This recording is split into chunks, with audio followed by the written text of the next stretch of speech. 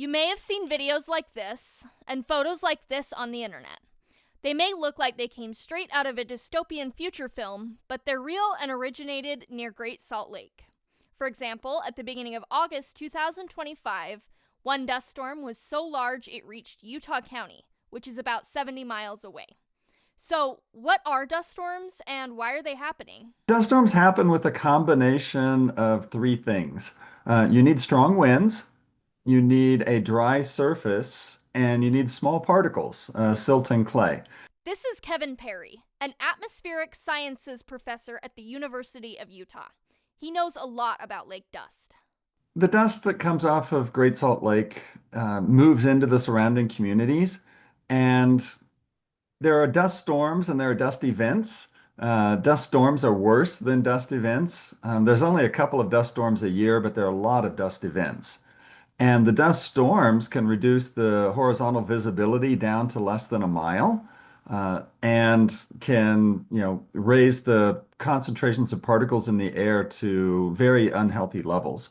The dust events reduce the visibility down to a couple of miles or a few miles, and also raise particle concentrations, but maybe not quite to the seriously unhealthy levels that the dust storms do.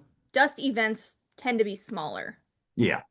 So dust events are more frequent, but they're smaller. And then it's those dust storms that really get everybody's attention, but they're not the ones that are producing, the most dust throughout the year.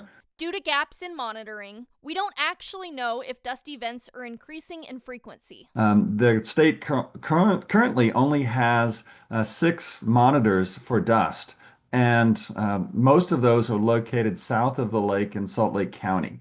And we believe, based upon modeling and the meteorology, that about 75% of the time, the dust from Great Salt Lake is actually moving north away from Salt Lake City. And so the monitors are not well placed, and they're not even very close to the lake. The governor asked for $650,000 last year of ongoing money for a dust monitoring network, and the legislature didn't deliver. They only delivered $150,000 of ongoing money, which was enough to hire a dust scientist, but not enough to purchase any equipment that the dust scientist would actually use. The Utah Division of Water Resources is currently working to raise an additional $1 million to buy the equipment, and they also have a monitoring plan. I've seen the plan. The plan's pretty good for the most part, except that they don't want to operate the equipment using the EPA standard operating procedures. They want to use their own procedures, which would make them not be on the hook if they had violations of the National Ambient Air Quality Standards. It's called running the equipment in non-regulatory mode. The lake's receding waterline is the main contributor to dust storms. As levels drop, sediment is exposed and dries up.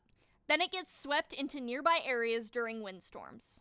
The fundamental problem, the reason we have dust events is because the lake has shrank. It's down, significantly over where it was 30 years ago. It's exposed more than 800 square miles of lake bed that used to be underwater.